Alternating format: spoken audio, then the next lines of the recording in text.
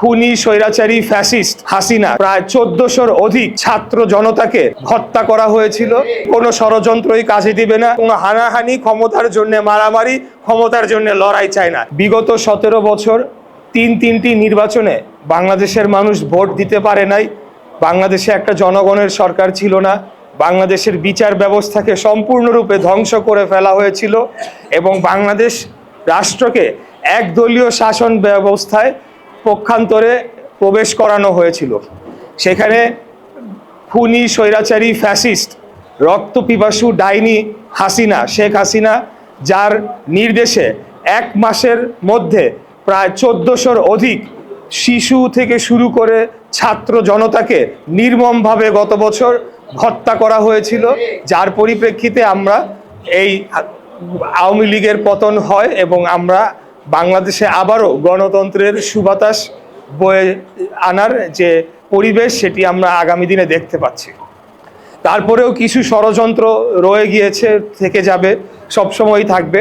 আসন্ন নির্বাচনকে বানচাল করার জন্যে পতিত স্বৈরাচার এবং তার পলাতক যে দোসররা রয়েছে তারা বিভিন্নভাবে অপচেষ্টা করে যাবে।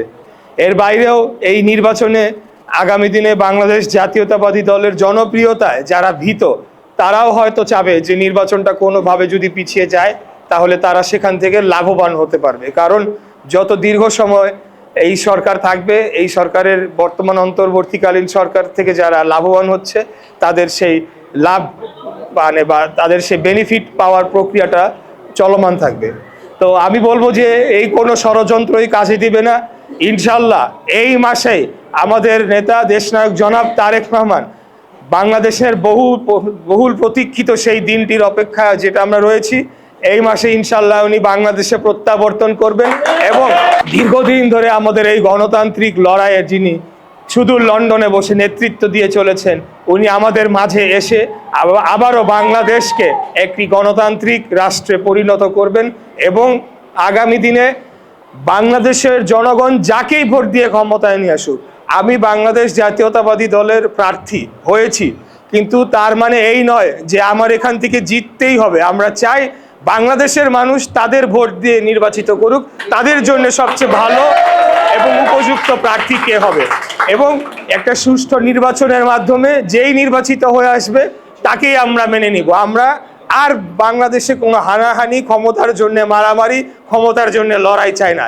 এই 54 বছর ধরে সেই 1971 সালের পর থেকে বিভিন্ন সময় বাংলাদেশে গণতান্ত্রিক অগ্রযাত্রাকে ব্যাহত করা হয়েছে এবং ক্ষমতার মোহে বিভিন্ন সময় বিভিন্ন রাজনৈতিক দল এই বাংলাদেশের মানুষকে বিভাজিত করে আমাদের মধ্যে একটা বিভেদ সৃষ্টি করে তারা সেই ফায়দা নিয়েছে। আমরা সেটার একটা স্থায়ীভাবে অবসান চাই। আমরা চাই যে প্রতি 5 বছর অন্তর অন্তর বাংলাদেশের জনগণ সরাসরি নিজেরা ভোট দিয়ে তাদের জনপ্রতিনিধি নির্বাচিত করবে। যদি এটা আমরা অর্জন করতে পারি তাহলে বিগত 17 বছর যে গুম খুন, বাংলাদেশের জনগণের সম্পদ লুটপাট এবং 30 লক্ষ কোটি টাকা যে বাংলাদেশ থেকে পাচার হয়ে গিয়েছে, যেটা আমাদের জনগণের রক্ত পানি করা, রক্ত ঘাম করা শ্রমের বিনিময়ে অর্জিত যে সম্পদ, সেই সম্পদ সেই ব্রিটিশ ইস্ট ইন্ডিয়া কোম্পানির মতো গত 17 বছর আওয়ামী লীগ এবং আমাদের পার্শ্ববর্তী রাষ্ট্রের যারা তাদের পৃষ্ঠপোষক, তাদের পৃষ্ঠপোষকতায় এই সম্পদ পাচার হয়ে গিয়েছে। আমরা চাই সেই সম্পদ বাংলাদেশে আবার ফেরত নিয়ে আসতে। বাংলাদেশের সম্পদ বাংলাদেশে থাকবে। আমরা চাই যে বাংলাদেশের মাটিতে থেকে যারা রাজনীতি করে এখানে জনগণের সাথে থাকবে তারাই আগামী দিনে রাষ্ট্র পরিচালনায় যদি আসে তাহলে আমরা মনে করি যে বাংলাদেশের বর্তমানে যে সকল সমস্যাগুলো রয়েছে সেগুলোর আমরা সমাধান করতে পারবো।